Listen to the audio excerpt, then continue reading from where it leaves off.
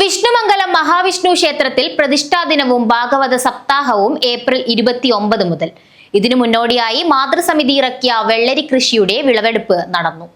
വിഷ്ണുമംഗലം മഹാവിഷ്ണു ക്ഷേത്രത്തിൽ ഏപ്രിൽ 29 മുതൽ മെയ് 6 വരെയാണ് പ്രതിഷ്ഠാദിനവും ഭാഗവത സപ്താഹയജ്ഞവും നടക്കുന്നത്. ഭാഗവതാചാര്യൻ പട്ടളം മണികണ്ഠൻ നമ്പൂതിരിയുടെ കാർമ്മികത്വത്തിലാണ് ചടങ്ങുകൾ നടക്കുന്നത്. വിഷ്ണുമംഗലം മഹാവിഷ്ണു ക്ഷേത്ര മാതൃസമിതിയുടെ നേതൃത്വത്തിലിറക്കിയ വെള്ളരി വിളവെടുപ്പിന്റെ ഉദ്ഘാടനം നടന്നു.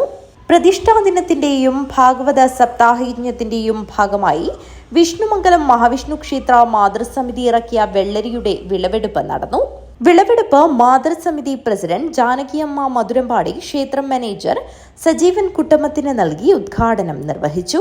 29 മുതൽ മെയ് 6 വരെ നടക്കുന്ന ഭാഗവത സപ്താഹ യജ്ഞവും അതോടൊപ്പം തന്നെ പ്രതിഷ്ഠാദിനത്തിൻ്റെയും വിജയകരമായ നടത്തിപ്പിനും ഇവിടെ എത്തിച്ചേരുന്ന ഭക്തജനങ്ങൾക്ക് ഭക്ഷണം നൽകുന്നതിനുള്ള അന്നദാനം നൽകുന്നതിനുള്ള മുന്നോടിയായി ഇവിടുത്തെ കർമ്മനിരതരായ മാതൃസമിതിയുടെ പ്രവർത്തകന്മാർ ഒരുക്കിയ വെള്ളരിക്ക കൃഷിയുടെ വിളവെടുപ്പാണ് ഇന്ന് നടക്കുന്നത്.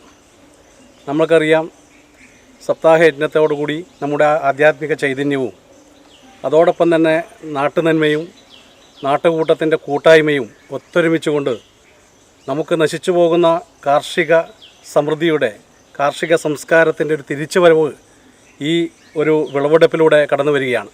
ചടങ്ങിൽ ആഘോഷ committee chairman M Damodaran Vishnumangalam, ആഘോഷ കമ്മിറ്റി കൺവീനറും ട്രസ്റ്റി ബോർഡ് മെമ്പറുമായ വി നാരായണൻ വിഷ്ണുമംഗലം, പത്മനാഭൻ മണ്ണട്ട, ബാലകൃഷ്ണൻ നായർ, ഗോപി വിഷ്ണുമംഗലം, മാധവൻ നായർ, ചന്ദ്രൻ മണ്ണട്ട, മനീഷ് തുടങ്ങിയവർക്കൊപ്പം മാതൃസമിതി അംഗങ്ങളും നേതൃത്വം നൽകി. വെള്ളരി വിളവെടുപ്പ് മഹോത്സവത്തിന്റെ വിളംബരമായി മാറി. News bureau, Kanhangad.